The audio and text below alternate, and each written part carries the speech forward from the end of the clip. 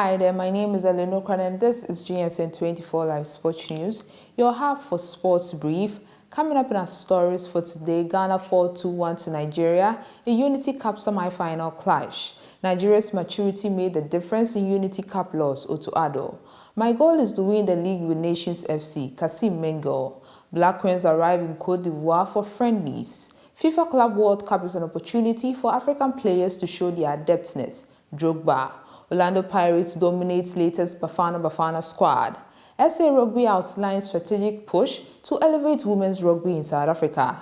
Proteas set to take on Namibia in historic clash in Windhoek.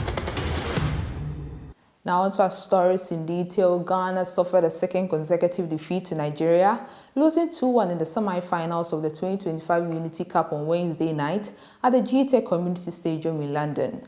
The Black Stars, fielding largely experimental side due to injuries and other absences, were undone by early defensive lapses. Ghana showed more purpose in the second half, boosted by the introduction of debutants Caleb Urenchi and Brendan Thomas Asante. They later pulled one back in the 70th minute, following in from an Ebenezer Annan cross following a swift break. Despite a late push, Ghana could not find the equalizer. Nigeria advanced to the final to face Jamaica, while Ghana will battle Trinidad and Tobago in the third-place playoff on Saturday. Blackstars coach Otto Addo believes Nigeria's greater experience proved decisive in Ghana's 2-1 defeat at the GTech Community Stadium West in London on Wednesday night. Speaking at his post-match conference, Addo reflected on the semi-final loss in the Unity Cup, attributing parts of the result to the contrast in team maturity between the two West African rivals. Ghana fielded a largely experimental side, handed debut to new faces, with several key names missing due to injury or unavailability. The likes of Thomas Partey, Mohamed Kudus, Inaki Williams, Alexander Djiku, and Antoine Semenyo were all absent. Despite the results, Addo found encouragement in Ghana's second-half display, which saw debutant Brendan Thomas Asante score and the team push hard for an equalizer. Ghana take on the Soccer Warriors in the third-place playoff. Kassim Mingle, Nations FC head coach, has set his eyes on winning his first Ghana Premier League title as a coach and for the club. Nations are a step away from earning their first top-flight title as they sit atop the log with 60 points, 3 ahead of second-place Gold Stars after 32 league games. Kassim Mingle, in an interview with the media, is pleased with his team's success so far as they are atop the table after 2 seasons in the top-tier league. The former Bichim United coach has disclosed that his former team, which came near to winning the Ghana Premier League title multiple times, were not interested in the trophy. But the story is different at Nations FC as he hopes to do that for the first time as a coach. In women's football, as part of preparations for the upcoming Women's African Cup of Nations, the Black Queens of Ghana have arrived in Cote d'Ivoire for 2 scheduled international friendlies. The senior national team, according to the FIFA International Match Calendar, from 27th May to 4 June 2025, are Type 1 window available for all confederation to play 2 matches. The team will play a game on 30th May and 3rd June.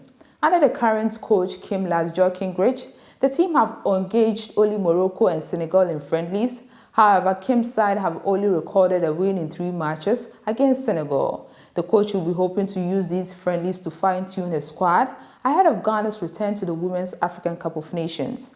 The Queen are in Group C with Mali, Tanzania and South Africa. Now into the FIFA Club World Cup.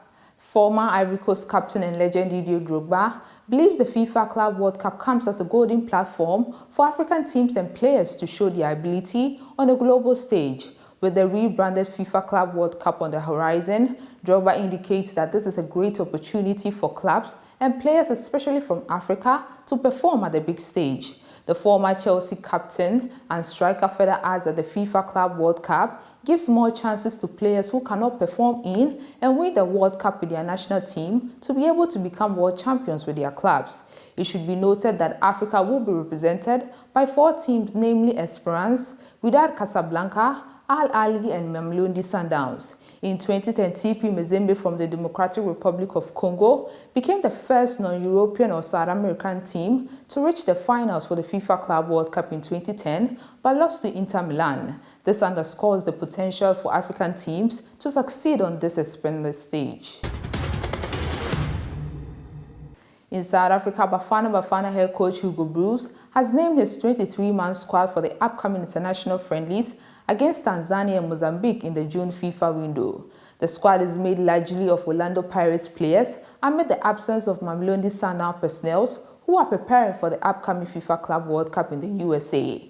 The Brazilians are also currently in Cairo, where they are set to face Pyramids in the CAF Champions League final second leg on Sunday 1st June, with the players enjoying a few days off before traveling to Orlando, where they play their opening fixture on 17th June. This has opened the door for no less than 9 Buccaneers to be called up. SA Rugby has reaffirmed its commitment to the development of women's game via several key initiatives aimed at building sustainable, inclusive structures for players, coaches and officials.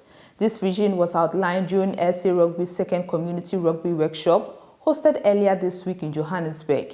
A standout feature of the workshop was the unveiling of plans to host under-16 and under-18 elite player development camps for girls, marking a significant step towards mirroring the support structures long established for boys. This focus aligns with SA Rugby's broader goal as part of its Destination 2027 strategy to increase female participation in rugby by 30% over the next few years.